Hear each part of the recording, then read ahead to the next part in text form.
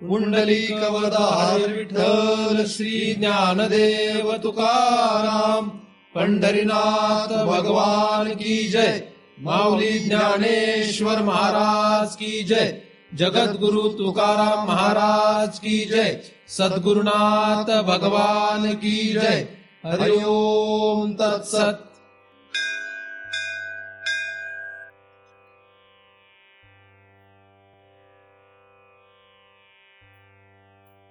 ध्यानमूलं गुरुमूर्ती, पूजामूलं गुरुपदम, मंत्रमूलं गुरुर्वाक्यम, मुक्तिमूलं गुरुकृपा।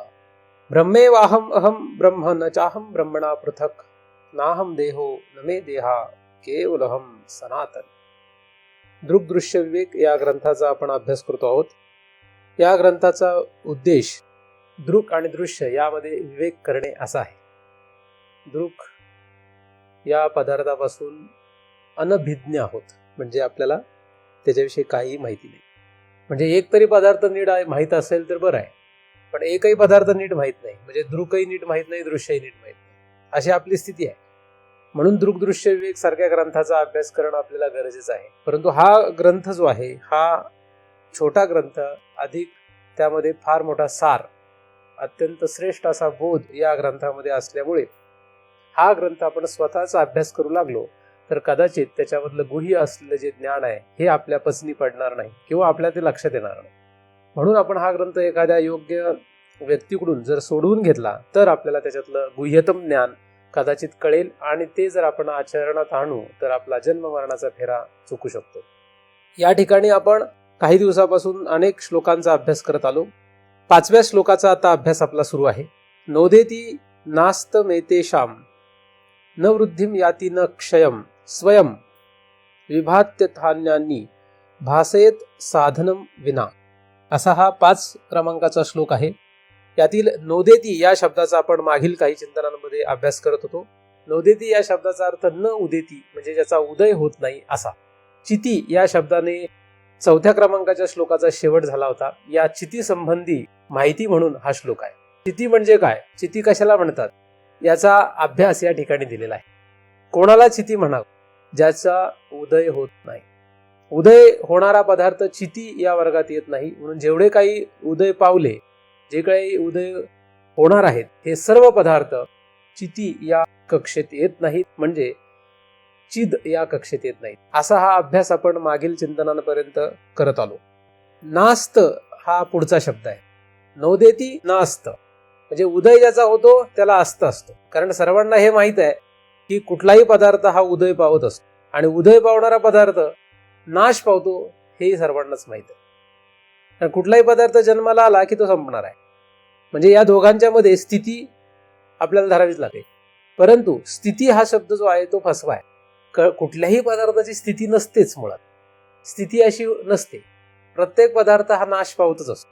जन्माला आलेला पदार्थ स्थितीवर खरा येत नाही, पण उत्पत्ती स्थिती प्रलय असं तर लिहिलेलं आहे। परंतु ज्यावेळेस आपण त्याची स्थिती पाहायला जातो त्यावेळेस त्याचा नाश झालेला आहे। नदीच्या पाण्याची स्थिती म्हणता येत नाही, नदीच्या पाण्याला स्थिती कधी नाही, त्याचा सदैव प्रवाह आहे, नाश आहे। त्याचप्रमाणे जगातले कुठलाही पदार्थ आपण जर पाहू लागलो त्याची स्थिती आपल्याला जास्त काही महत्वाची धरता येत नाही। म्हणून या ठिकाणी नोदेती आणि नास्त असे 2च शब्द, म्हणजे उदय होणे आणि अस्त पावणे, हे 2च शब्द या ठिकाणी धरलेले आहेत। त्यातला जो अस्त हा शब्द आहे, हा शब्द आपण आता आजच्या चिंतनापासून पाहणार आहोत। अस्त, अस्त म्हणजे शेवट, अस्त म्हणजे शेवट होणे। कशाचा अस्त व्हावा असं आपल्याला वाटतं, काय संपावं, काय संपावं असं आपल्याला वाटतं। जगामध्ये जे काही आपण जगत चाललो यामध्ये काय संपावं असं वाटतं, काहीही संपू नये असं वाटतं। त्यातल्या त्यात जे चांगलं आहे ते तर कधीच संपू नये, म्हणजे आपल्याला जे आवडतं ते संपू नये, आपल्याला आवडणारं संपू नये, आपल्याला ना आवडणारं संपलं तर चालेल। ज्या पदार्थांपासून आपल्याला कुठलाही त्रास नाही त्या पदार्थाविषयी आपल्याला घेणं देणंच नाही। परंतु ज्या पदार्थापासून आपल्याला फायदा आहे, ज्या पदार्थापासून आपल्याला सुखोपभोग होतो, सुखोपभोग होणारा पदार्थ हा आपल्याला नाश पावा असं कधीही वाटत नाही, नाश पावावा असं कधीही वाटत नाही। तो पदार्थ नाश पावू नये असं वाटतं। आणि ज्या पदार्थापासून आपल्याला त्रास होतो तो पदार्थ मात्र लवकरात लवकर नाश पावला तर बरं आहे असं प्रत्येकालाच वाटतं. प्रत्येक जण नाश या संकल्पनेशी अशा रीतीने बांधलेला आहे. नाश काय व्हावं? ज्याचा त्रास होतो ते नाश व्हावं. नाश कशाचा होऊ नये? ज्याचा त्रास होत नाही, ज्याच्यापासून सुख मिळतं, ज्याच्यापासून आनंद मिळतो, अशा पदार्थ कधीही संपू नयेत. आणि ज्या पदार्थाशी हे दोन्हींचा काही म्हणजे ना सुख ना दुःख, ना त्रास ना सुख, असे जे काही पदार्थ असतील त्यांच्याविषयी आपण तटस्थ असतो, त्याच्याविषयी आपला काही विचार करत नाही, आपण त्यांच्यापासून दूर राहतो. नाश पावणारे जे पदार्थ आहेत हे पदार्थ हे 3च कक्षेत येतात. नाश पावणारे पदार्थ या 3च कक्षेत येतात. परंतु नाश पावणाऱ्या पदार्थांचा विचार आपण का करतो हे सगळ्यात महत्वाचं आहे. जो पदार्थ नाश पावणार आहे तो नाश पावेलच, त्याच्यामध्ये काही आपण बदल करू शकत नाही. कुठलाही नाश पावणारा पदार्थ त्याचे नाश पावण्याचा जो विषय आहे, त्याचे नाश पावण्याची त्याची जी गती आहे त्याच्यामध्ये कोणी बदल करू शकत नाही, तो नाश पावेलच. मग आपल्या हातात काय, आपण त्याच्याकडे कसं पाहतो.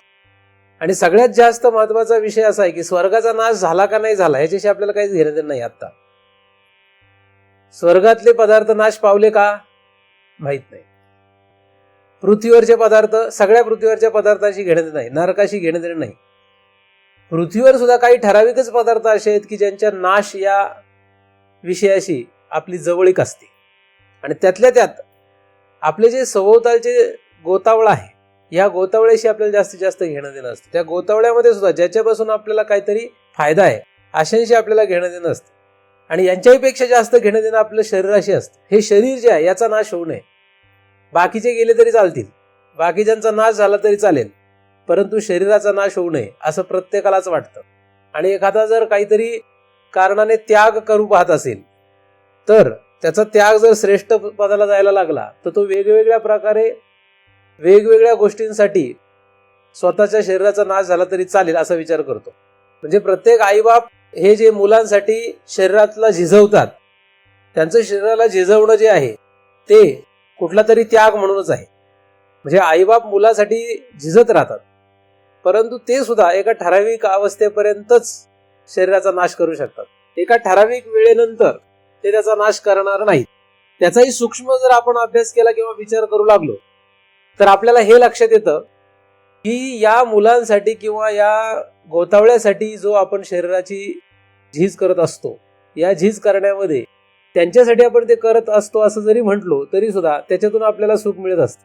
म्हणजे यांच्यासाठी झगडण्यामध्ये, यांच्यासाठी झटण्यामध्ये आपल्याला स्वतःला सुख मिळतं. आणि म्हणून आपण शरीराच्या नाशाची पर्वा करत नाही. शरीर नाश पावतंय, शरीराचा हाल होत आहेत याचा आपण विचार करत नाही. प्रत्येक जण रात्रंदिवस या शरीराचा नाश करतोय. शरीराचा नाश होणारच आहे असं एखादा म्हटला, शरीराचा नाशच होणार आहे असं जर म्हटला, म्हणून शरीराचा जास्त नाश करावा असा काही त्याचा अर्थ होत नाही. म्हणजे शरीर नाश पावणारच आहे म्हणून या शरीराचा आजच नाश करा असं कोणी म्हणणार नाही. परंतु जेवढं काही शक्य आहे तेवढं या शरीराच्या द्वारे आपण जगासाठी करायचा जरी प्रयत्न केला तरी सुद्धा एका ठराविक अवस्थेपर्यंतच हा विचार होऊ शकतो, त्याच्या पुढे हा विचार होऊ शकत नाही. म्हणजे नाका तोंडापर्यंत पाणी येईपर्यंतच आपण या शरीराचा नाशाचा विचार करू शकतो. परंतु जेव्हा हे शरीरच नाश पावेल हे आपल्याला वाटतं तेव्हा मात्र आपण कोणाचाही विचार करत नाही, कोणाचाही पर्वा करत नाही. मग मूल आहे का नाही तो कोण आहे याचा कधीही विचार आपण करणार नाही. नाश पावणं ही जी गोष्ट आहे ही फार फार म्हणजे फार महत्वाची आहे. नाश कशाला पावायला पाहिजे? सृष्टीचा नाश कशाला व्हायला पाहिजे? सृष्टीचा नाश झाला तर पुढे उत्पत्ती पुन्हा होते. प्रत्येक नाश पावणाऱ्या पदार्थामध्ये बीज पडत असतं. पदार्थ नाश पावला की त्याचं बीज पडतं, पदार्थ नाश पावला की त्याचं बीज पडतं. नाश पावणाऱ्या पदार्थामध्ये पुढच्या उत्पत्तीचं बीज असतं. त्यामुळे कुठलाही पदार्थ नाश पावतो तर असं समजू नये की तो नाश पावला म्हणजे संपला विषय, तो उत्पत्ती करणार आहे पुढे. उदाहरणार्थ माळावर जे गवत दिसतं ते उन्हाळ्यामध्ये नाश पावतं, परंतु पुढच्या पावसाळ्यामध्ये म्हणजे पावसाळा जो येतो त्याच्यामध्ये पुन्हा ते गवत निर्माण होणार असतं. आधीच त्या बीजाची तिथे काय केलेली असते, तयारी झालेली असते. कारण नाश जेव्हा होतो फुलाचा, प्रत्येक गोष्टीचा नाश जेव्हा होतो त्याच्यातून काहीतरी पुढची प्रक्रिया तयार होत असते. जेव्हा बीजाचा नाश होतो तेव्हा कोंब फुटतो, त्या कोंब जेव्हा नाश पावतो तेव्हा त्याला पानं फुटतात, पानं जेव्हा नाश पावतात तेव्हा फांद्या फुटतात. असं करत करत करत करत फुलं येतात. फुलाचा जेव्हा नाश होतो तेव्हा फळ येतं, आणि फळाचा नाश होतो तेव्हा पुन्हा बीज येतं, आणि बीज आले की पुन्हा उत्पत्ती होते. अशा रीतीने नाश जेव्हा होतो तेव्हा पुढची प्रक्रिया सुरू झालेली असते. नाश झाला की काय झालंय, एकाचा नाश झाला की पुढचा, एखाद्या मनुष्य मुख्यमंत्री आहे, त्या मुख्यमंत्र्याचा नाश झाला म्हणजे तो गेला की त्याच्या जागी दुसरा मुख्यमंत्रीचा उदय होतो, म्हणजे उत्पत्ती होते, दुसरा मुख्यमंत्री तयार होतो. जगातला कुठलाही नाश हा पुढे बीज सोडून जातो. काहीही तुम्ही घ्या, वेगळ्या रूपाने तो प्रकट होतो. जसं बीज जाऊन कोंब फुटावा, ते कोंब जाऊन पुन्हा पालवी फुटावी, पालवी जाऊन फांद्या फुटाव्यात, फांद्यांना पुढे फुलं फळं यावीत, हे जसं आहे त्याचप्रमाणे जगातला कुठलाही नाश जेव्हा दिसतो तेव्हा त्याच्यातून काहीतरी पुढे दुसरं काहीतरी निर्माण होत असतं. म्हणून नाशाच्या पोटात उत्पत्ती आहे. बीजाचा नाश झाला म्हणजे झाड तयार होतं, आणि झाडाचा नाश झाला तर बीज, पुन्हा बीजापासून झाड, असं हे सगळं जे सुरू आहे ते हे जे सगळं सुरू आहे यालाच संसार असे म्हणतात. संसार म्हणजे काय, नाशणे आणि निर्माण होणे, निर्माण होणे नाश पावणे, निर्माण होणे नाश पावणे, निर्माण होणे नाश पावणे, हा संसार आहे. उत्पत्ती प्रलय, उत्पत्ती प्रलय. संसार म्हणजे काय, संसार म्हणजे नाश होणे, आणि संसार म्हणजे पुन्हा त्या नाशातून उत्पत्ती होणे. असं किती वेळा, त्याचा काही हिशोब नाही. मग ह्या नाश पावणाऱ्या पदार्थामध्ये आपण रममाण होतो का नाही होतो असा विचार केला तर जसं आपण उदय होणाऱ्या पदार्थांमध्ये आसक्त असतो, उदय होणाऱ्या पदार्थांकडे आपण आसक्त असतो, उदय होणारा पदार्थ आपल्याला आवडतो, तसं नाश पावणाऱ्या पदार्थांचं काय, हो, नाश पावणाऱ्या पदार्थांवरही आपलं लक्ष असतं. जसं जन्माला येणाऱ्या पोराकडे आणि जन्माला आल्यानंतर त्याच्या वाढदिवसांमध्ये जसं आपण गुंतून पडतो, त्याप्रमाणे मेलेल्या माणसामध्ये सुद्धा लोक गुंतून पडतात. मनुष्याचा नाश झाला की सगळे जमा होतात, आणि नाश झाला म्हणून दुखवटा साजरा करतात. साजरा म्हणजे चांगलाच कार्यक्रम साजरा होतो असं नाही, वाईटाचाही कार्यक्रम साजरा होतो. म्हणून जेव्हा एखादा मनुष्याचा नाश होतो, आता मनुष्य जर पाहिला तर मनुष्याचा नाश झाला की लगेच सगळे लोक, फक्त काय आहे की जन्माला आल्यानंतर सगळ्यांना सांगावं लागतं, मेल्यानंतर सगळ्यांना सांगायची गरज पडत नाही, आपोआपच गोळा होतात. म्हणजे त्या घरातल्या लोकांनी बोलवायची गरज नाही पडत. जन्माला आल्यानंतर काय करायला लागतं, त्याच घरातल्या लोकांनी आमंत्रण द्यावं लागतं, तर येतात सगळे, नाहीतर फुगून बसतात, रुसतात नाही तर. परंतु नाश झाल्यानंतर मात्र काय होतं, नाश झाल्यानंतर थोडंसं वेगळं आहे. नाश झाल्यानंतर लोकांना कळलं की आपोआप गोळा होतात, त्यांना बोलूच नका तुम्ही, बोलवायचं नाही, एकालाही बोलवायचं नाही, आपोआप येतात सगळे, शेजारचे बाजारचे सगळे येतात. कारण नाश झाल्यानंतर सगळे गोळा का होतात हा मोठा प्रश्नच आहे. म्हणजे कमीत कमी सुखाच्या वेळेस नाही तरी दुःखाच्या वेळेस तरी आपण जावं असं काही लोकांचं म्हणणं असतं. म्हणजे उत्पत्तीच्या वेळेस नाही जाता आलं तरी चालेल, पण नाश होण्यातच आपण पोचावं कमीत कमी, असं अनेक लोकांचं म्हणणं असतं. आणि अशा लोकांना आपण चांगलं समजतो, ते चांगलं समजतो, वाईट समजत नाही. असे लोक व्यवहाराच्या दृष्टीने चांगले असतात, कारण नाशाच्या वेळेस तरी त्या ठिकाणी येतात. तर नाश पदार्थाचा झाला की सगळे लोक जमा होतात, तो उत्सव साजरा करतात. त्याच्यामध्ये त्याची मैत 10वा 13वा, नंतर अजून वर्ष श्राद्ध, असं किती वर्ष. काही लोक कंटाळून जातात, म्हणतात ते काय दरवर्षीच, त्याच्यात काही नवल नाही. म्हणजे मैतीला सगळे येतात, 10व्याला थोडे त्याच्यापेक्षा जास्त येतात. कारण काय येतात जास्त, खरं 10व्याला जास्त येणार नाहीत, मैतीलाच जास्त येतील, पण मैतीला यायला वेळ मिळत नाही. म्हणजे मैत हुकते, मैतीला काय होतं, मैत हुकते म्हणून 10व्याला जास्त गोळा होतात. नाहीतर जर मैत सगळ्यांना सापडली असती तर 10व्यापेक्षा जास्त गर्दी मैतीला झाली असती. पण मैतीला जास्त गर्दी होत नाही, तर 10व्याला जास्त गर्दी होते, काहींच्या 13व्याला जास्त गर्दी होते. ते कुळानुसार वर्णानुसार आहे. तर काही ठिकाणी 10व्याला, काही ठिकाणी 13व्याला गर्दी जास्त होते. वर्ष श्राद्धाला गर्दी कमी होते. त्याच्या पुढच्या वर्ष श्राद्धाला नाश झाल्याची आठव काढून काढून काढून काढून आणि ते विसरू नये मग फोटो टांगवायचा. फोटो टांगून नाश झाल्याची आठवण, पदार्थ नाश पावला त्याची आठवण किती दिवस ठेवायची. आता तर कॅमेरा निघालेला आहे, त्यामुळे काय करतात, आपले जे काही क्षण आपण क्लिक करून ठेवले ते काय करायचे, ते नाश झाले, तो क्षण गेला, पण तो काय करायचा, फोटोमध्ये ठेवायचा आणि पुन्हा पुन्हा तोच बघायचा. नाश झालेला क्षण पुन्हा पाहण्याची इच्छा असते. नाश झालेला मनुष्य पुन्हा भेटत नाही, नाहीतर त्याला शोधले असतं लोकांनी. कारण अनेक लोक शोधून शोधून दमले. नाश झालेल्या माणसाला परत आणता येतं का नाही येतं, तर नाश झालेला कुठलाही पदार्थ पुन्हा येत नाही, तर तासाच्या तसं पुन्हा आणता येत नाही. पण तरी सुद्धा सती सारखी काही असतात, कोण सतीच ना, सती सावित्री, तर सती सावित्री सारखे काय असतात, ते पुन्हा सत्यवानाला जागा करतात, घेऊन येतात परत. पण असं एखादं चुकून उदाहरण आहे, तुमचं बालपण नाश पावलं, पुन्हा मिळेल काय? गेलेला क्षण पुन्हा नाही, म्हणून लोक म्हणतात एन्जॉय द लाईफ. काय करायचं? आता गेलंय सगळं, आता काय रूढ राहणार आहे? काही एक म्हातारं मला भेटलं, म्हातारं म्हणजे फार म्हातारं नव्हे, बऱ्यापैकी म्हातारा, 60च्या आतच म्हणा. तर म्हटलं महाराज आयुष्यभर मी फार दुःखात घालवले. माळ होती गळ्यात, सिगरेट नाही, दारू नाही, तंबाखू नाही, कुठल्याही प्रकारचं व्यसन नाही, सगळ्याशी चांगलं बोलायचं. नंतर विचार केला ह्याच्यात काही लाईफ नाही, हे काय सगळं संपणारच आहे. म्हणलं काय राहणार आहे? सगळंच नाश पावणार आहे. आता दारू सुरू केली आहे, सिगरेट सुरू केली आहे, तंबाखू रोजच विडा लावतो मी. तुम्ही म्हणाल कुठले आपल्याला आता सोडलेलं नाही, सगळं आयुष करतो मी, कारण सगळं नाश पावणार आहे ना. अशीच मेंटॅलिटी अनेक लोकांची जगामध्ये, अनेक लोक असेच आहे, सगळंच नाश पावणार आहे म्हणून काय करून घ्या, सगळंच नाश पावणार आहे म्हणून मजा करून घ्या, अशी प्रवृत्ती आहे नाश पावणाऱ्यांच्या. तर नाश पावणारा पदार्थ जो आहे, तो नाश पावणारा पदार्थ तो जर आपल्याला प्रिय असला तर काय होतं, तर तो पदार्थ आपण आपला नाश होईपर्यंत आठवण काढत राहतो. नाश झाला त्याचा, नाश झालेला पदार्थ गेला असं समजू नका. नाश झालेल्या पदार्थावर आपण पुन्हा पुन्हा इतिहास लिहून, आता इतिहास म्हणजे नाश झालेल्या गोष्टी, नाश झालेल्या गोष्टींचा विषय म्हणजे इतिहास, पण तो आपण आठवून आठवून आठवून आठवून आठवून परत त्याच्यातही काही उलट पुलट करता येतं का बघतो. इतिहासामध्ये सुद्धा आता ते गेलेला आहे, तो कोणालाच कळणार नाही काय झालं काय नाही झालं, पण त्याच्यातही उलट पुलट करतात. म्हणजे शिवाजीचा जन्म 19 तारखेला झाला का 27 तारखेला झाला, याच्यावरून गोंधळ निर्माण झाला. म्हणजे इतिहासातही गोंधळ. नाश झाला पदार्थ, कधी शिवाजी महाराज वारले ते त्यांनाच माहिती, किंवा त्या काळातल्या लोकांना माहिती. पण आता अडचण निर्माण झाली की तारीख ही आहे का ती आहे, जन्म कधी झाला याचाही गोंधळ, ज्ञानेश्वर महाराजांचा जन्माचा गोंधळ, कुठे इथं झाला का तिथे झाला. म्हणजे भूतकाळात गेलेल्या गोष्टी, नाश पावलेल्या गोष्टींचा पुन्हा पुन्हा विचार असं सुरू आहे. आणि प्रिय असेल तर मग नाश झाला म्हणून रडायचं, प्रिय असेल तर काय करायचं, नाश झाला म्हणून रडायचं. नाश पावणाऱ्या गोष्टींवर रडावं का नाही रडावं हा मोठा प्रश्नच आहे. एखादा माणूस नाश पावला तर रडावं की नाही रडावं? एखाद्या माणसाचा नाश झाला तर रडावं की नाही रडावं? म्हणजे मेला माणूस तर रडावा की नाही रडावा? रडू नये.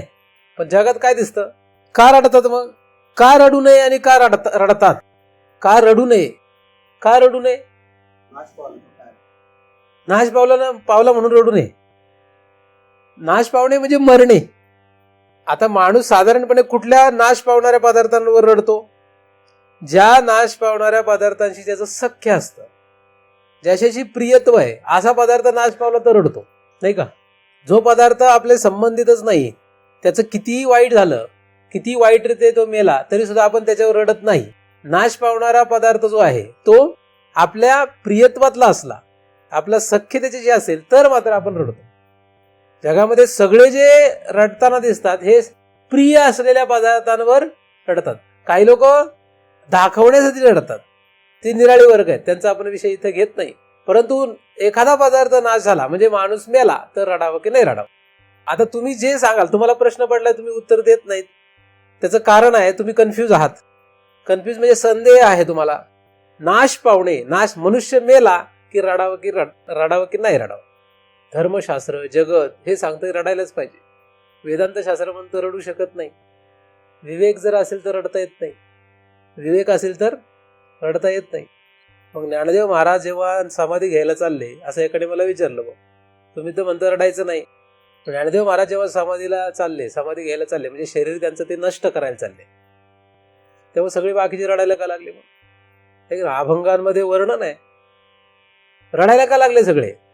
वेदांती म्हणवता आणि ते सगळं उलट पुलट करता काहीतरी, हा मोठा प्रश्नच आहे, हे की नाही? तर नाश पावणाऱ्या पदार्थांवर रडावं की नाही रडावं? तर मरण येताना मनुष्य मेला की आपण रडत राहतो. जरा काही गंभीर खंबीर असतात ते रडत नाहीत, त्यांना आतमध्ये वाईट वाटतं पण रडत नाहीत. निगरगठ्ठ असतात तेही रडत नाहीत.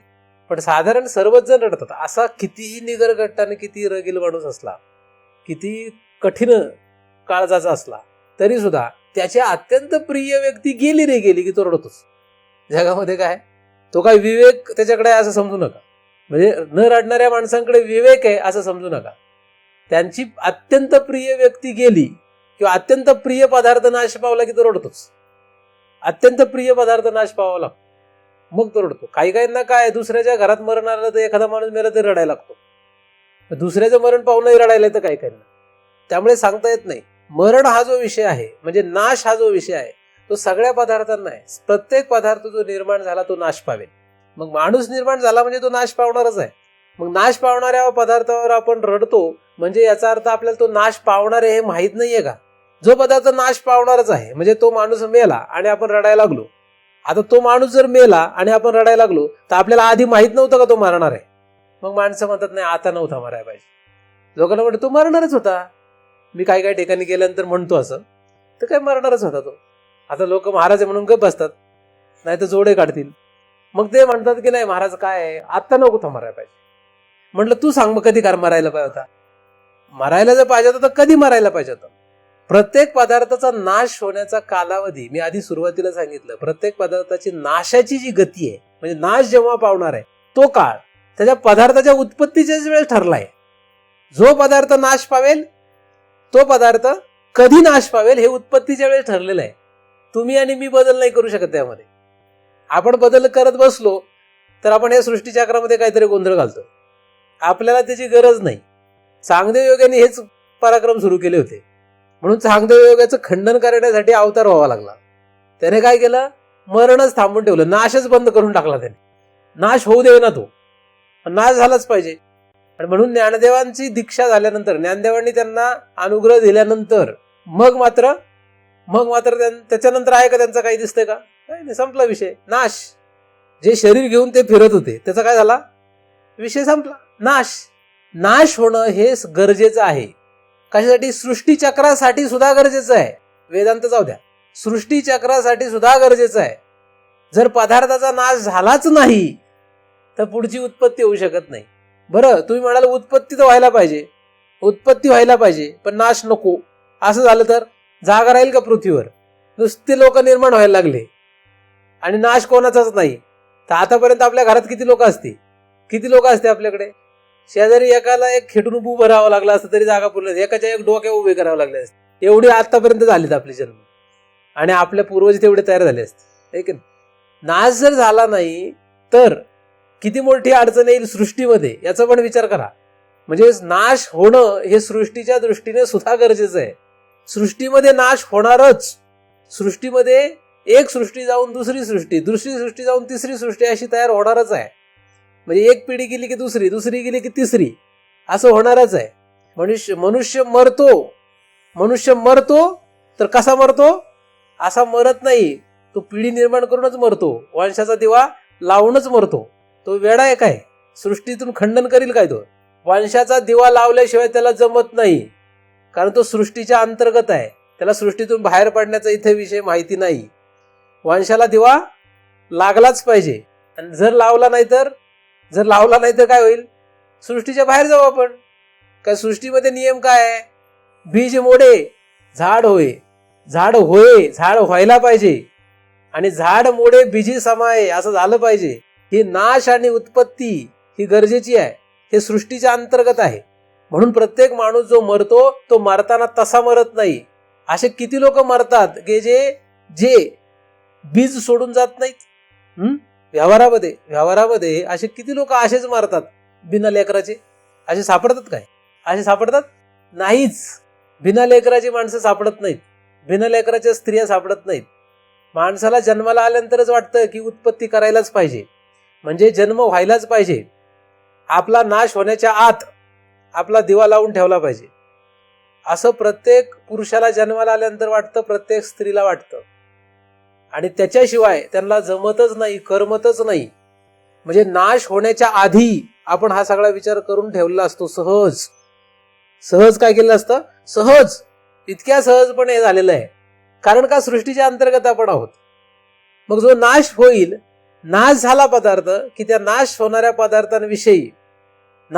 पदार्थांविषयी आपली जी भावना आहे ती कशी असते? आपल्याला माहित आहे तो नाश होणार आहे पण तरी सुद्धा रडतो. माणूस मरणार आहे माहित आहे पण तरी रडतो. माणूस मरणार आहे हे माहित आहे पण मेल्यानंतर तरी रडतोच. का रडतो का? तुला जर माहिती आहे नाशच होणार आहे तर रडावं का?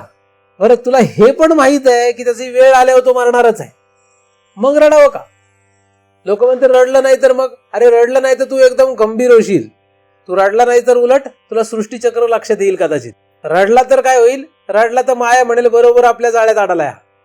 आपल्या जाळ्यात कसा काय आला हा, ह्याला माहित आहे की नाश होतो पदार्थांचा हे नक्की. मग नाश होणाऱ्या पदार्थांचा विचार करू नये, नाश होणाऱ्या पदार्थांवर रडत बसू नये.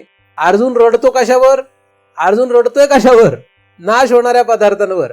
कारण विश्वरूप दर्शनामध्ये सगळ्यांना ग्रास्त कोण, कोण ग्रास्त, विश्वरूप सगळ्यांना ग्रासून टाकतं, द्रोणाचार्य सकट सगळे गिळून टाकतो. आणि विश्वरूप एवढं आहे की ह्या चांदण्या चाटूनही घ्याव्या, असं ज्ञानदेवांनी वर्णन केलेलं. ह्या चांदण्या, ग्रह, तारे, पृथ्वी, या पृथ्वीवरचे असंख्य जीव, हा त्रिलोक खाऊन टाकणार आहे. ते विश्वरूप म्हणजे भगवंत, हा भगवंत या सगळ्यांनाच गिळून टाकणार आहे. आणि हे सगळं पाहिल्यानंतर भगवान श्रीकृष्ण अर्जुनाला म्हणतात की तुला काय वाटतं, तू मारणार आहेस म्हणजे तुझ्याकडून नाश होणार आहे? नाश तो जो आहे तो ठरलेला आहे, त्यामुळे तुला रडण्याचं कारण कुठं आहे? नाश जर पदार्थांचा होणार आहे तर तुला रडायला कारण काय ते सांग. रडायला काहीच कारण नाही, असं अर्जुनाला भगवान श्रीकृष्ण सांगतात. ही गीता भारतामध्ये सगळे लोक वाचतात, महाराष्ट्रीयन लोक ज्ञानेश्वरी वाचतात, पण तरी सुद्धा माणूस मेले की ज्ञानेश्वरी वाचून रडतात. काय करतात? रडत राहतात. माणूस मेल्यानंतर रडलं नाही तर बरं, रडलं नाही तर बाकीचे लोक नावं ठेवतील म्हणून रडतात. काही काही जरा थोडेसे विवेकी नसतात, ते त्यांना रडूच येत नाही, गठ्ठ असतात ते जरा थोडेसे, कारण त्यांचं एवढं सख्य नसल्यामुळे. पण बाकीचे लोक नावं ठेवतील म्हणून काही लोक रडतात. विवेक जर निर्माण झाला, विवेक जर जागृत झाला तर हे लक्षात येतं की कुठलाही पदार्थ हा नाश पावत असल्यामुळे त्या नाश पावणाऱ्या पदार्थांविषयी कधी रडू नये. आणि जर तुम्ही रडत राहाल तर माया तुम्हाला तुमच्या आधिपत्याखाली घेते. कोणाच्या? तिच्या आधिपत्याखाली घेते. तुम्ही तिच्या आधिपत्याखाली राहता, तुम्ही तिच्या तावडीत राहता. म्हणून कुठल्याही नाश होणाऱ्या पदार्थांवर रडू नका. कुठलाही माणूस मेला तरी रडू नका, कुठलाही माणूस. अहो आपला हा हे जरी पडला असेल तर रडू नका. बाहेरची हे सगळे बुडलं ते जगत तरी चालेल, जगत बुडलं तरी चालेल, म्हणजे आपण हे गेलं तरी चालेल, देह जाओ अथवा राहो, हे जरी गेलं तरी चिंता नाही. म्हणजे कुठल्याही पदार्थाचा नाश हो अथवा न हो, नाश होणार हे नक्की, त्याचा कालावधी नक्की. म्हणून त्या नाश पावलेल्या पदार्थांविषयी पुन्हा पुन्हा आठवण काढून काढून तर रडण्याचा प्रश्नच नाही. नाश झाला तेव्हाही नाही रडायचं आणि तिथून पुढेही कधी रडायचं नाही. मग लोकांसाठी, म्हणून लोकांसाठी रडले तर ठीक आहे, रुदाली सारखे. रुदाली तुम्हाला मी सांगितलेलं आहे मागे, रुदाली म्हणजे काय, मोले घातले रडाया, तसं रडले तर ठीक आहे, मोले घातले रडाया. आता मग लोकांनी ओळखलं तर लोक म्हणतील हे नाटक करतोय. तसंही तुम्ही जरी खरे रडत असले तरी काही काही म्हणतच असतात ते नल्लापडी करतं, कारण आपली भांडणं असतात एकमेकांमध्ये. त्यामुळे आपण जरी खरे रडलो तरी काही काही म्हणणार हे नाटक करतोय. त्यामुळे रडण्याचा विषय नाही इथे, नाश पावलेल्या पदार्थावर रडणे नाही. कुठलाही पदार्थ जो नाश पावतो तो पदार्थ, त्या नाश पावणाऱ्या पदार्थांवर आपण रडत बसू नये, हा एक भाग. दुसरी गोष्ट, नाश पावणारा पदार्थ नाश पावेलच, मग तो राहावा असं विचार करू नये. नाश पावणारा पदार्थ राहावा का नाही राहावा, तो नाश पावणार आहे असं जर म्हटलं तर तो राहावा की नाही राहावा, तो राहू शकत नाही, कारण तो नाश पावणाऱ्या वर्गातला आहे. मग तो राहावा असं जर आपल्याला वाटत असेल तर त्याचं जे दुःख तयार होईल ते कोणाला होईल? आपल्यालाच तयार होणार. म्हणजे नाश पावलेला पदार्थ नाश पावतोच म्हणून रडण्याचं कारण नाही, म्हणजे दुःखाचं कारण नाही. नाश पावणारा पदार्थ नाश पावणारच आहे म्हणून तो राहावा हा विचार करणं सुद्धा दुःखालाच कारण आहे. अशा रीतीने नाश पावणाऱ्या पदार्थांविषयी आपण जर विचार करू लागलो तर आपल्याला दुःख कमी झालं. हे तर व्यावहारिकच गोष्टी आहेत, व्यवहारात सुद्धा आपल्याला दुःख होणार नाही, आपण स्थिर होऊ. साधारणपणे आपण आधीच विचार केलेला आहे की सर्वजण जे पदार्थ प्रिय असतात त्यांचाच नाश होऊ नये असा विचार करतात, आणि जे अप्रिय असतात त्या पदार्थांचा नाश झाला तर बरंच आहे असा विचार करतात. जो वाईट असतो तो पदार्थ गेला म्हणजे बरं वाटतं. सिंहाचा नाश व्हावा की नाही व्हावा, वाघाचा नाश व्हावा की नाही व्हावा, सापाचा नाश व्हावा की नाही व्हावा, विंचवाचा नाश व्हावा की नाही व्हावा, मच्छराचा नाश व्हावा की नाही व्हावा, व्हावा की नाही व्हावा. यांचा नाश, वाईट पदार्थ जे आपल्याला वाईट वाटतात, साप, नाग, वाघ, सिंह, मच्छर, विंचू, या पदार्थांचा नाश व्हावा की नाही व्हावा, आपल्याला वाटतं त्यांचा नाश झाला पाहिजे. पण त्याच्याऐवजी आंब्याचं झाड, मोगऱ्याचं फुलाचं झाड यांचा नाश व्हावा की नाही व्हावा? नाही, त्यांचं नाही व्हायला. आंब्याच्या झाडाचा नाश होऊ नये, मोगऱ्याच्या फुलाचा होऊ नये, ते राहावेत तशीच. म्हणजे जेवढे आपल्याला उपयोगाचे आहे तेवढ्यांचा नाश होऊ नये, आणि जेवढे उपयोगाचे नाहीत, ज्यांच्यापासून उलट त्रास आहे, त्यांचा मात्र नाश व्हायला पाहिजे. अशी प्रवृत्ती इतकी साधारण आहे, इतकी सहज आहे सर्वांची, पण तसं होत नाही. आपण काय विचार करतो? आपल्या म्हणण्यावर चालत नाही.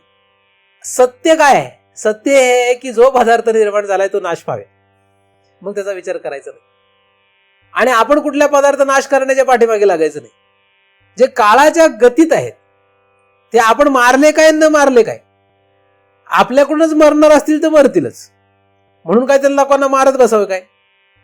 पदार्थ जो आहे, जो नाश पावणारा आहे, तुमच्या पायाखाली जर मुंगी मारणारच असेल तर ती मारणारच आहे.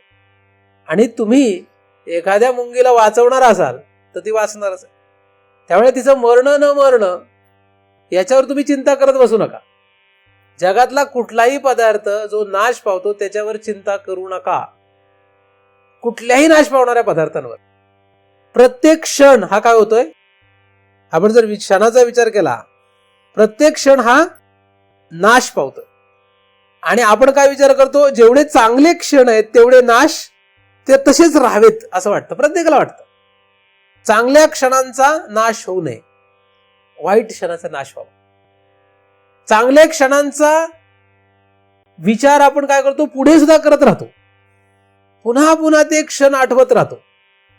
आणि जगातले सगळे लोक त्याला मदत करतात. मगाशी तुम्हाला सांगितल्याप्रमाणे फोटो, व्हिडिओ रेकॉर्डिंग असं आपण करून काय करतो? त्याची आठवण ठेवतो, चांगल्या क्षणांची. ठेवतोच का नाही? सगळे जेवढे चांगले क्षण आहेत ते आपण काय करतो? साठवून ठेवतो. मग फोटोच्या रूपाने असो, व्हिडिओ रेकॉर्डिंगच्या रूपाने असो, किंवा आतमध्ये आपल्या मनामध्ये, बुद्धीमध्ये छापून ठेवतो, हृदयामध्ये छापून ठेवतो. आणि पुन्हा पुन्हा ते आठवून ते पुन्हा जर मिळालं नाही तर रडत बसतो. म्हणजे मला जेव्हा दात होते तेव्हा मस्त जेवत होतो मी, हे आठवून म्हातारपणात रडतो. आता ते नाश झाले, त्याचा नाश होणार होता, संपला विषय. आता रडून काय? नाश झालेल्या पदार्थांवर, जे पदार्थ चांगले होते, जे क्षण चांगले होते, त्याच्यावर तुम्ही आज कितीही विचार केला ते गेलेलं आहे. मी बालपणा पण ते फार मजा केली, लहान होतो तेव्हा फार मस्त जगणं होतं माझं, आता काय राहिलं नाही. असं म्हणून त्या क्षणाचा विचार करण्यात अर्थच नाही काही.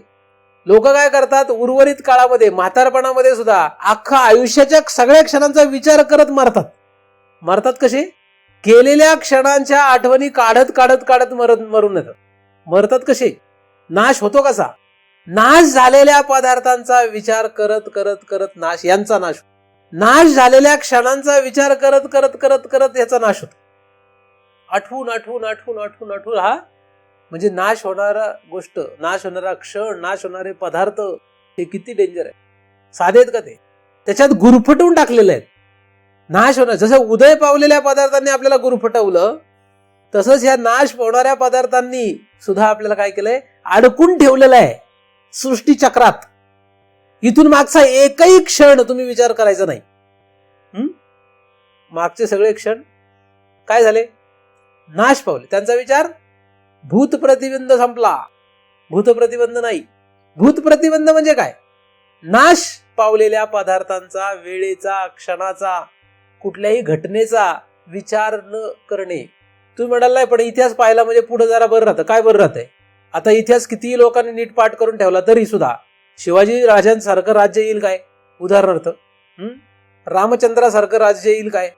इतिहास आपण पाठ केला, अख्खा इतिहास उघडत बसलो तरी रामचंद्रासारखं राज्य येईल काय?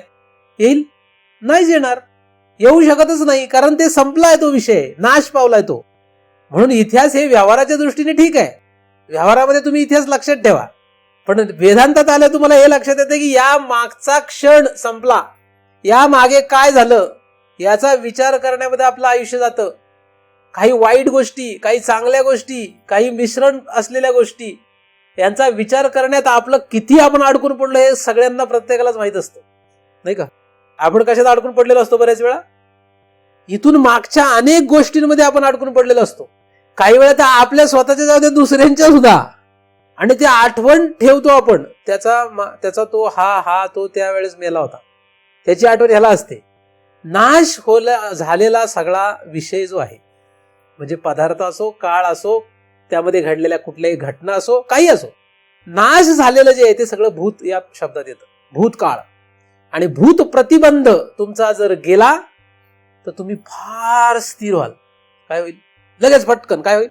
मागचा विचारच नाही काही. मागचा म्हणजे भूतकाळाचा काहीच विचार नाही केलं तर काय होईल? बऱ्याच वेळा आपण हतबल का होतो? आपण भूतकाळातल्या अनेक गोष्टींमुळे हतबल होतो. भूतकाळातल्या व्यवहारात सुद्धा असंच होतं. भूतकाळामधल्या अनेक गोष्टींमुळे आपण काय होतो? हतबल होऊन जातो. आपण पुढे काही करू शकत. भूत प्रतिबंध हा सर्वात वाईट आहे. म्हणजे भूत प्रतिबंधात घडलेल्या, भूत प्रतिबंधामध्ये काय, वाईट असो किंवा चांगला असो, वाईटमुळे आपण हतबल होतो आणि चांगलं असेल तर ते उघडत बसतो, त्याच्यातून फायदा काहीच होत. नाश पावलेले सर्व याचा विचार न करणे, नाश पावलेल्या गोष्टींचा विचार न करणे असं जर आपण ठरवलं, असाच आपला दृढ निश्चय झाला तर भूत प्रतिबंध गेला. आणि निर्माण होणाऱ्या पदार्थांचा विचार न करणे म्हणजे भावी प्रतिबंध गेला.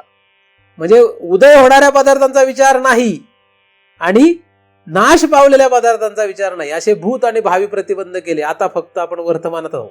उदय होणाऱ्याचा विचार नाही, नाश पावलेल्याचा विचार नाही. कारण या दोन्हींचा विचार केला तर आपण भगवंताकडे जाऊ शकत नाही. भगवंताकडे जायचं असेल तर भूत म्हणजे नाश पावलेले पदार्थ विचार नाही, निर्माण होणाऱ्या पदार्थांचा विचार नाही, निर्माण होणारा पदार्थ विचारात घ्यायचा नाही आणि नाश पावलेला पदार्थाचा विचार करायचा नाही. अशा दोन जर गोष्टी आपण केल्या तर नोदेती नास्त असलेलं जे चिती आहे तिकडे जाण्याचा आपल्याला अधिकार येणार आहे. तिकडे जाण्याचा अधिकार येण्यासाठी हे करायचंय. म्हणून आपण नाश होणाऱ्या पदार्थांचा विचार करतो आहोत. पुन्हा पुन्हा क्षणाक्षणाला आपण जो विचार करत असतो तो नाश पदार्थ होऊ नये असाच करतो. प्रत्येक पदार्थ जो नाश पावतो या पदार्थामध्ये आपलं गुरफटणं जे आहे ते आपल्यालाच लक्षात येत नाही. नाश होणारा पदार्थाचा विषय कसा आहे, तो ठरलेल्या वेळेला नाश होणार आहे, म्हणून तो मरावा असं वाटणं सुद्धा आपण चुकलो. मग त्याच्यापासून आपल्याला त्रास होतोय का नाही हे माहित. पदार्थाचा नाश व्हावा असं वाटणं ही सुद्धा आपली चूक आहे. मरो नाहीतर जगो, नाश हो नाहीतर न हो, तो विषय आपला नाही. पण साधारण माणसाची स्थिती काय असते, नाश होऊ नये असं वाटतं. गुंतून का पडलोय आपण? गुंतून का पडलोय आपण? लहानपणी काय होतं, लहानपणी मुलाला असं वाटतं आपली आई आपल्यापासून दूर जाऊच नाही. आईचा आपल्यापासून विरह मुलाला सहन होत नाही. लहान मुलाला आई दूर जावी असं वाटत नाही, म्हणजे आईचा नाश होऊ नये असं वाटतं. लहान मुलाला काय वाटतं? दूर जाऊ नये म्हणजे नाश होणे, दूर गेली म्हणजे नाश झाला, म्हणजे मेली असं नाही, दूर जाऊ नये असं वाटतं. थोडं मोठं झालं पोर की त्याला वाटतं की मित्र परिवार यांचा नाश होऊ नये, ते सगळे त्यांच्यातच राहावं, खेळ राहावा त्यांचा. लग्न झालं तर बायको किंवा नवरा, मुलं बाळा झाले ते मुलं, असं करत करत म्हातारपणापर्यंत, मग पुढे नातवंड, असा कोणाचाच नाश होऊ नये असं वाटतं. आणि जेव्हा तो पुढे सरकतो तेव्हा मागच्याचा नाश झालेला असतो. जेव्हा लहान मूल खेळण्याच्या वयात येतं तेव्हा आईचा नाश झालेला असतो. आई गेलेली असते त्याच्यापासून दूर, संपलेला असतो, त्याच्यासाठी आईचा विषय संपलेला आहे, म्हणजे नाश झाला. जेव्हा तो बायको करतो किंवा ती नवरा करते तेव्हा आई बापाचा नाश झालेला असतो. मुलंबाळा निर्माण होतात तेव्हा तिच्यासाठी त्याचा विषय संपलेला असतो. स्त्रीचा विषय, नवऱ्याचा विषय कधी संपतो? स्त्री ही नवऱ्याचा विषय कधी संपवते? संतती निर्माण झाली की स्त्रीसाठी नवरा विषय संपलेला आहे खरं पाहिलं तर. कारण तिचा जीव काय होतो पुढे त्या मुलात जातो. आणि त्याचा पुरुषाचा सुद्धा खरं पाहिलं तर प्रमुख विषय मूलच होतं. पुढे जाऊन म्हातारपणापर्यंत असं चालतं. आणि म्हातारपणामध्ये काय होतं, ते त्यांच्या वाटेने जातात निघून. मुलं बाळा काय होतात, ते त्यांच्या वाटेने जातात. आणि मग ह्याला लक्षात येतं की जेवढ्या पदार्थात आपण रममान होत आलो, हे सगळे पदार्थांचा काही उपयोग नसून हे शरीर महत्वाचं आहे. पण आता ह्या शरीराचा सुद्धा नाश होणार आहे. म्हातारपणात लक्षात येतं, तोपर्यंत लक्षात येत नाही याचा नाश होणार आहे. तरण्या माणसाला लक्षातच येत नाही की या शरीराचा नाश होणार आहे. आपण मरणार आहोत हे तरण्याला सांगून जमत नाही, तरण्यांना सांगून उपयोग नाही. आपण मरणार आहोत हे तरण्यांना त्याची इंटेन्सिटी लक्षात येत नाही. म्हाताऱ्यांना मात्र लक्षात येत आता मरणार आहे, शरीर जाईल, म्हणजे याचा नाश होईल, हे कोणाला लक्षात येतं?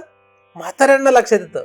कारण त्याचं आधीचं सगळं संपलेलं आहे. म्हणून अख्खं आयुष्य तो ह्याच्यातून बाहेर पडू शकत नाही, ह्याच्यातच तो अडकून जातो.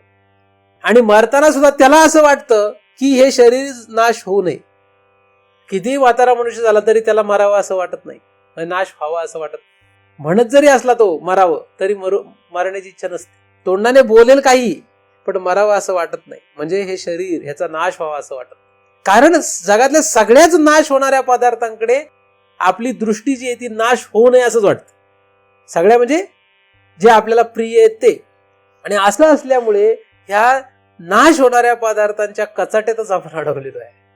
आपण कशात अडकलेलो आहे? नाश होणाऱ्या पदार्थांच्या कचाट्यात अडकलो. जे आता नाश होणार आहेत, जे पुढे नाश होणार आहेत आणि जे मागे नाश पावलेत, अशा पदार्थांच्या चक्रामध्ये आपण गुंतू नये. कारण आपण तुम्ही जर शांतपणे विचार केला तर रात्रंदिवस फक्त आपण याचाच विचार करतोय. एक तर नाश होणाऱ्या पदार्थांचा विचार करतोय, किंवा नाश झालेल्या पदार्थांचा विचार करतोय, किंवा नाश होणाऱ्या पदार्थांचा विचार करतोय. अशा तीनच पदार्थांचा विचार करतोय आपण. पण तिन्ही कधीतरी नाश पावलेले आहेत, किंवा पावणार आहेत, किंवा पावत आहेत. पदार्थ किंवा कुठलीही घटना ही जी आहे ही काय झालेली आहे? या तीनच वर्गात बसलेली आहे. म्हणजे एकतर गेलेली, किंवा जाईल, किंवा जात आहे. मग करणार काय? आपण रात्रंदिवस काय करतो? ह्याच्या पलीकडे काय करतो? म्हणजे आपण न अस्त या पदार्थाकडे जाऊ शकू का? ज्याचा अस्त होत नाही त्याचा विचार करायला वेळ कुठे आपल्याला? आपण तर अस्त होणाऱ्या किंवा झालेल्या किंवा होत असलेल्या पदार्थात अडकलोय. आपण अस्त झालेल्या पदार्थांचा विचार करतोय. माझा आजोबा असा होता, माझी आजी अशी होती, आमची एवढी शेती होती, आमच्याकडे खूप प्रॉपर्टी होती, आम्ही असे होतो तसे होतो, मी लहानपणात काय केलंय. हे काय झालं? अस्त होणाऱ्या गोष्टींचा विचार नव्हे, अस्त झालेल्या, पुढे, मागे आणि मध्ये. अस्त, नाश आणि त्याचाच सदैव विचार. आता याचा जर आपण विचार करत राहिलो तर न अस्त असलेली चिती लक्षातच कशी येईल? नाही का? आपण ज्याचा विचार करतो तोच पदार्थ लक्षात येईल. ज्या पदार्थाचा विचारच करत नाही तो पदार्थ लक्षात येईलच कसा? तुम्ही जर अमेरिकेचा विचारच केला नाही तर अमेरिका म्हणजे काय कळणार कशी? कळेल का? कधीच अमेरिकेचा विचार करत नाही, कधीच करत नाही. आणि अमेरिका समजून एखाद्याने मुंबईचा विचार सुरू केला, मग एखाद्याने त्याला सांगितलं हे मुंबई म्हणजेच अमेरिका आहे, आणि तो मुंबईचा विचार करू लागला आणि मुंबईलाच अमेरिका समजू लागला, तर तरी उपयोग नाही. म्हणजे चुकीच्या पदार्थांचा विचार करूनही जमत नाही. तसं भगवंत म्हणजे काय? भगवंत म्हणजे अस्त पावणाऱ्या पदार्थाला एखादा चिती समजू लागला तर उपयोग नाही. आणि शक्यतो सगळेजण अस्त पावणाऱ्या पदार्थालाच भगवंत समजतायत. ब्रह्मदेव सुद्धा काय होणार आहे? नाश पावणार आहे. ब्रह्मदेवाला सुद्धा नाश आहे. ब्रह्मदेव सुद्धा जगतोय तुमच्या आमच्यासारखा. मग ब्रह्मदेव जर नाश पावणार आहे तर त्याच्या खाली कृमी कीटकापर्यंत सगळेच नाश पावणार आहेत. पण सांगतात काय आपल्याला? ब्रह्मदेवाला भजा, देवदेवतांना भजा. अरे नाश होणाऱ्या पदार्थांना जर तुम्ही शरण राहिले, नाश होणाऱ्या पदार्थांचा जर तुम्ही विचार करू लागले, तर नाश न पावणारा म्हणजे अस्त न होणारा पदार्थ म्हणजे चिती लक्षात येईलच कशी? परमार्थ तर लांबची गोष्ट आहे.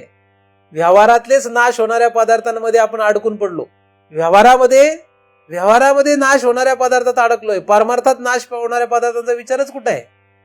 ब्रह्मदेव, विष्णू, शंकर, प्रजापती, इंद्र, चंद्र, सूर्य, वरुण यांचा विचार तर लांबचीच गोष्ट आहे, तो तर आपण करतच नाही. आपल्याला तर घरदार बायका पोरं यांच्याच आस्थाविषयी काळजी लागली आहे. यांचाच नाश होऊ नये किंवा व्हावा, जगातल्याच पदार्थांचा नाश व्हावा की नाही व्हावा याच्यामध्ये आपण अडकून पडलोय. मृत्यू लोकामध्ये असलेले आपल्या जवळचेच फक्त थोडके पदार्थ यांच्याच मध्ये रममाण आहे आपण. एवढा त्रिलोकाचा विचार कधी करायचो आपण? आणि त्रिलोक हा नाश पावणार आहे, त्रिलोकाचा नाश होणार आहे. मग त्रिलोकातल्या कुठल्या पदार्थाचा विचार करावा? त्रिलोकातल्या कुठल्या पदार्थाचा विचार करावा आणि कुठल्या पदार्थाशी रममाण व्हावं? कुठल्याही पदार्थाशी आपल्याला रममाण होता येत नाही. आणि जर आपण रममाण राहिलो तर आपण मायेच्या ताब्यात आहोत. कुठल्याही पदार्थाविषयी आपल्याला काळजीच लागू नये. फार पूर्वी इथे चांगलं होतं, आता सगळं वाईट झालं.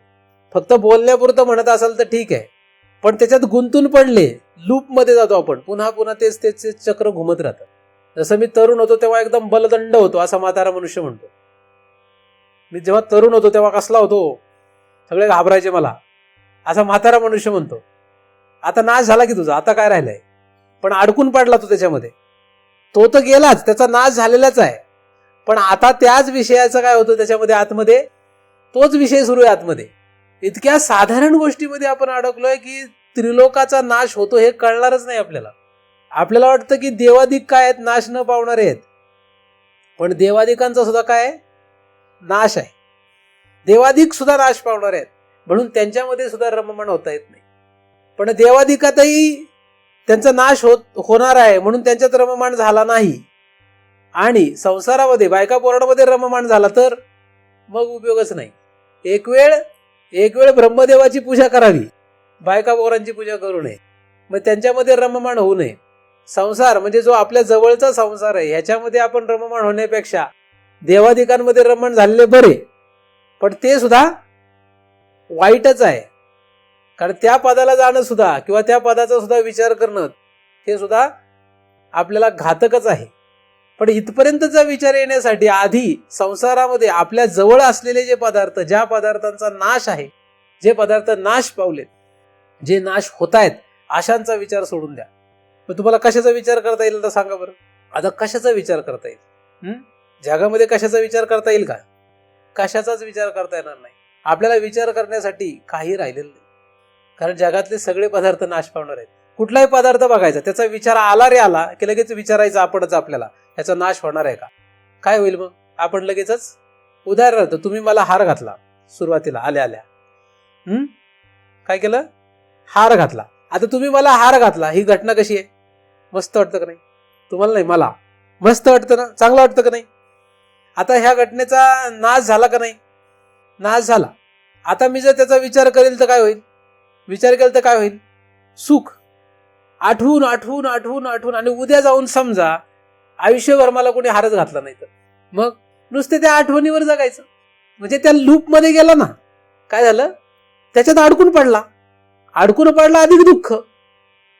आणि कोणी घातला तर पुन्हा हार घातला तर पुन्हा सुख. तेवढ्या पुरतं हे आठवून आठवून आठवून आठवून आठवून पुन्हा त्या सुखात, म्हणजे सुख किंवा दुःख या दोन लूपमध्ये तो मरेपर्यंत राहतो. मी म्हातारे लोक पाहिलेत असे. तरुण ज्यावेळेस असतो माणूस, कुठलाही माणूस तरुण असतो, त्याच्यामध्ये शक्ती असते, तेव्हा सगळं जग त्याला विचारतं. जोपर्यंत तुम्ही तरुण आहात तोपर्यंत जग विचारणार आहे. जोपर्यंत प्रज्ञा बळ आहे तोपर्यंत लोक विचारतील. नंतर कोणी विचारत नाही. का विचारतील? जोपर्यंत आपलं सगळं व्यवस्थित लोकांना पचेल, म्हणजे बळ आणि प्रज्ञा हे जोपर्यंत चांगलं राहील तोपर्यंत जगत आपल्याकडे पाहणार आहे. या दोन्ही कमी झालं की आपल्याकडे कोणी डुंकूनही पाहणार नाही. मग असे म्हातारे लोक मी पाहिलेत. मग ते आठवण काढून रडतात. म्हणजे तरुण होतो तेव्हा काय काय केलं. गांधीजीच्या सोबत मी फिरत होतो, विनोबाजींच्या सोबत फिरलो, लोकांनी आमचं एवढं सत्कार केला, हे केलं ते केलं, असं केलं तसं केलं. आज काही कोणी विचारणं आम्हाला. आज कोणीच विचारे ना. कधीतरी चुकून वर्षातून 2 वर्षातून 5 वर्षातून कोणाला तरी कळलं हे स्वातंत्र्य सेनानी होते. स्वातंत्र्य मिळालं हे काय? नाश झाला त्याचा. पण स्वातंत्र्य मिळालं हे भूतकाळ आहे. आता किती वेळा त्याचा तो साजरा करत बसावा? त्याच्यातच गुरफटून पडले. म्हणून स्वातंत्र्य सेनानी होते म्हणून त्याला उभा केला, सत्कार केला, त्याला तेवढंच बरं वाटतं, तो आठवणी काढून रडत बसतो. त्याचा नाश झाला. मरताना सुद्धा अशाच गोष्टींमध्ये अडकून पडलेलेच लोक सर्वत्र दिसतात. एक लक्षात घ्या, नाश झालेल्या गोष्टींचा विचार करू नका. जो पदार्थ तुम्हाला दिसतोय तो पदार्थ, त्या पदार्थाचा लगेचच विचार करा की हा पदार्थ नाश होईल का नाही होईल. जसं मी या ठिकाणी बसलो, तुम्ही मला हार घातला, या गोष्टीचा नाश होणार आहे का नाही होणार आहे? मग त्याच्यात मी रममाण व्हावं की नाही व्हावं? रममाण होऊ नये तर मला हार घातल्याचं कौतुक काय राहील? तुम्ही माझ्याशी आले गोड बोलले, तुमच्या गोड बोलण्याचा नाश होईल का नाही होईल? मग त्या तुमच्या गोड बोलण्यामध्ये मी गुंतून का पडावं? तुम्ही येऊन मला शिव्या दिल्या, या शिव्या देण्याचा नाश होईल का नाही होईल? मग त्याचं मी दुःख का करत बसावं? व्यावहारिक दृष्ट्या जरी तुम्ही जगाताकडे असं बघू लागले, तुम्ही इतके स्थिर आणि शांत व्हाल, जगामध्ये तुमच्या इतकं शांत माणूसच सापडायचं नाही. इतका स्थिर व्हाल. होईल का नाही? असं होईल का नाही? कुठलाही विचार, कुठलाही पदार्थ समोर आला की तोच विचार करायचा की याचा नाश होणार आहे का नाही होणार. प्रत्येक गोष्ट जगातली कुठलीही गोष्ट असो, ती गोष्टी काय होणार आहे? नाश पावणार आहे. मग ती चांगली आहे का वाईट आहे आणि कधी नाश पावणार आहे त्याची वेळ आल्यावर, म्हणून त्याचा विचार करायचा नाही. म्हणजे त्याचा फायदा कोणाला होईल? आपल्याला होईल. पण तो मरावा असं वाटणं म्हणजे आपण पुन्हा मायेच्या कचाट्यात आलो. पदार्थ मरावा, पदार्थाचा नाश व्हावा असा विचार केला तर आपण मायेच्या कचाट्यात आलो. पदार्थ मरू नये तरी सुद्धा मायेच्या कचाट्यात आलो. म्हणून बायको मरावी का न मरावी, मरो अथवा न मरो, जावो अथवा राहो, जावो अथवा राहो. जगातला देहच नव्हे, जगातला कुठलाही पदार्थ जो नाश या वर्गात येतो तो जावो अथवा राहो. तुम्ही जावो अथवा, मी बरेच वेळा सांगत असतो तुम्ही या नाही तर येऊ नका, मग तुम्हाला राग येतो. पण नाश होणारा पदार्थ आहे तो, हे काय राहील का? कायम राहणार आहे का? हे असे चिंतन हे सगळं चांगलं राहील का? आता मी जर याच्यात अडकून पडलो तर म्हातारपणात म्हणजे असे चिंतन चालले होते, काय चाललं होतं, बसला रडत त्यावेळेस. मग म्हातारपणात मला रडावं लागेल का नाही? रडत बसावं का तेव्हा?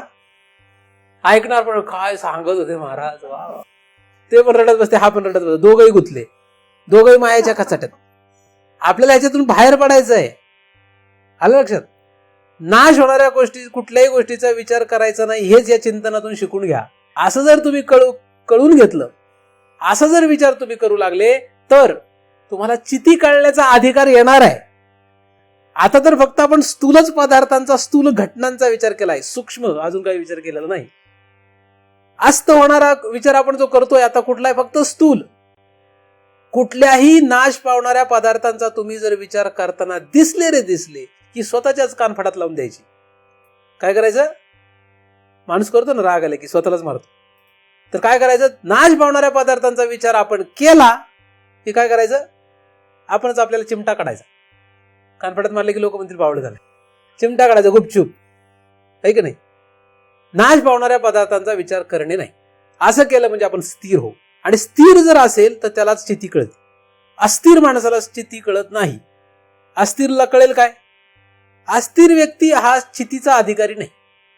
शांत व्यक्ती स्थितीचा अधिकारी आहे, अशांत व्यक्ती नाही. आणि जो नाश पावणाऱ्या पदार्थांचा विचार करतो त्याला चिती कधीही कळलेली नसते आणि कळू शकत नाही. तुम्हाला जर चिती कळावी असं वाटत असेल तर नाश पावणाऱ्या पदार्थांचा कधीही कुठल्याही क्षणी विचार करायचा नाही.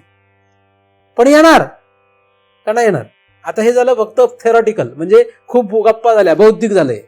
पण प्रॅक्टिकली कसं करणार? आचरणात कसं येणार? प्रत्येक पदार्थ नाश पावणारा आपल्याला त्रास देणारच आहे.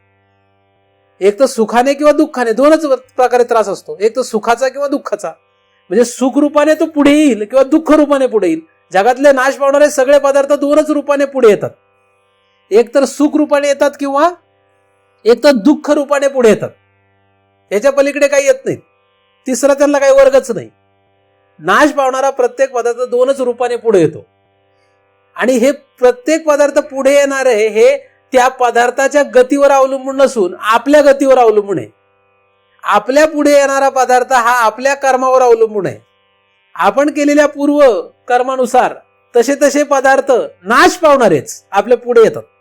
माझ्या पुढे तुम्ही आले का आले? तुमचं माझं जुळलंय ठीक आहे, परंतु माझी गती तशी आहे. मग ती एक तर सुखकारक असेल किंवा दुःखकारक असेल. तुम्ही आज माझ्याशी गोड बोलतात, महाराज तुम्ही श्रेष्ठ आहात, महान आहात असं म्हणतात. उद्या कदाचित असं होईल की महाराज तुम्ही नालायक आहात असं म्हणाल. पण मी जर शांतपणे विचार केला की ते तुमच्यामुळे नसून माझ्या गतीवर आहे तर प्रश्न येत नाही. जसं मी विचार करतोय तसंच तुम्ही विचार करा. तुमच्या समोर सभोवताली तुमच्या जवळपास येणारे प्रत्येक पदार्थ, घटना ह्या कशा असतात? आपणच केलेल्या संचितातलं भोग म्हणून पुढे येत असतात. ते निमित्त होतात. तसं माझा भोग व्हावा ह्या चिंतनाचा म्हणून तुम्ही पुढे आलेत, निमित्त कारण. वास्तविक माझाच हा भोग आहे, हा सुद्धा भोगच आहे. जरा बरं वाटतंय, जरा फेकलं काय काय काय की मग बरं वाटतं. हा भोग आहे. याच्यात जर अडकून पडलो तर मायेच्या कचाट्यातच आहे मी सुद्धा. मी एवढं वेड होऊ नये, आहे की नाही? नाही तर सांगतो आणि स्वतःच वेडा होतो, म्हणजे उपयोग नाही, आहे की नाही? हा सुद्धा काय? जगातला कुठलीही घटना तुमच्या आयुष्यात घडते ती तुम्हीच केलेल्या संचिताचं फल आहे. केले कर्म तैसे भोगा आले, उपजले मेले ऐसे किती उपजले मेले का मेले, केले कर्म तैसे भोगा आले म्हणून मेले.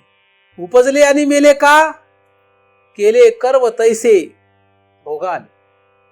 मग आता लक्षात घ्या, जर केलंय तसं जर आलं असेल भोगायला तर उपजणे आणि मरणे तर होणारच. मग मरण्याचा विचार का करा. मरण्याचा म्हणजे मरणाऱ्या पदार्थांचा, घटनेचा, नाश पावणाऱ्या या सगळ्यांचा विचार करू नका. आणि जेव्हा जेव्हा तो पदार्थ तुमच्या, घटना तुमच्या समोर येईल तेव्हा त्याला नाश पावणार आहे असं म्हणायचं, टिक करायचं, सोडून द्यायचं. काय करायचं, नाश पावणार आहे म्हणायचं आणि त्याला गंगेला वाहून टाकायचं. गंगेत टाकून द्यायचं त्याला. गंगेत पदार्थ टाकला म्हणजे काय होतो, वाहून जातो, समुद्राला मिळतो.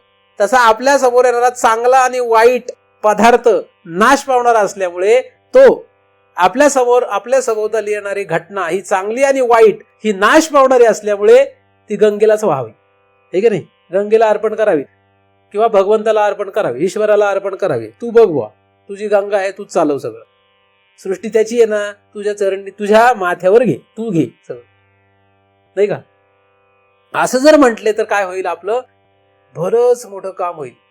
स्थूल नाश पावणाऱ्या पदार्थांचा अशा रीतीने सर्वांनी विचार करायला लागा, जेणेकरून आपल्याला काय होईल, खंबीरता, स्थिरता यायला लागेल.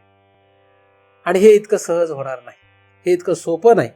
जरी मी बोलताना फार सोपं आणि फार मजेशीर वाटत असलं तरी सुद्धा आचरणात येताना मात्र हे फार अवघड आहे. हे तुम्हाला गळी उतरो. त्यासाठी तुम्हाला जे काही गरजेचं आहे असं साधन तुमच्याकडून हो. त्या साधनांच्या द्वारेच हा आचरणाचा विषय तुमचा पूर्ण हो. त्यासाठी सद्गुरू तुम्हाला बळ देव, अशी त्यांच्या चरणी प्रार्थना करतो. सद्गुरू कृपे निर्माण झालेले चिंतन त्यांच्या चरणी अर्पण करू. येथेच पूर्ण विराम. पुंडलीक वरदा हरी विठ्ठल श्री ज्ञानदेव तुकाराम. पंढरीनाथ भगवान की जय. माऊली ज्ञानेश्वर महाराज की जय. जगद्गुरु तुकाराम महाराज की जय. सद्गुरुनाथ भगवान की